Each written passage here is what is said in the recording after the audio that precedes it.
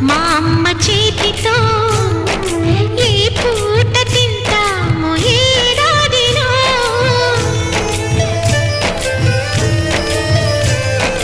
చక్కగా మా నాన్న పక్కగా